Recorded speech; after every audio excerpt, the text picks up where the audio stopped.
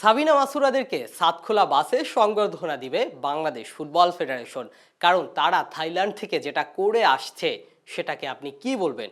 রূপকথার গল্প বললে ভুল হবে। এই যে নামগুলো সাবিনা মাসুরা, কৃষ্ণা রানী, সুমাইয়া, এদেরকে কোচ পিটার বাটলার ফুটবল থেকে বাদ দিয়ে দিয়েছিল। তারপর তারা ফুটসালে ফিরলেন এবং ফুটসালে তারা যেটা করলেন, থাইল্যান্ডে গেলেন প্রথমবারের মতো সাফ ফুটসাল খেলতে এবং সেখানে গিয়ে তারা অপরাজিত চ্যাম্পিয়ন। ভারত, থাইল্যান্ড, ভুটানের মতো বড় বড় দলগুলোকে তারা রীতিমতো উড়িয়ে দিয়েছে এবং অপরাজিত চ্যাম্পিয়ন হয়ে দেশে ফিরছেন। আজ সন্ধ্যায় তারা শাহজালাল আন্তর্জাতিক বিমানবন্দরে আসবে এবং সেখান থেকে বাংলাদেশ ফুটবল ফেডারেশন তাদেরকে সাতখোলা বাসে করে হাতিরঝিলে নিয়ে আসবেন এবং সেখানে তাদেরকে সংবর্ধনা দেওয়া হবে।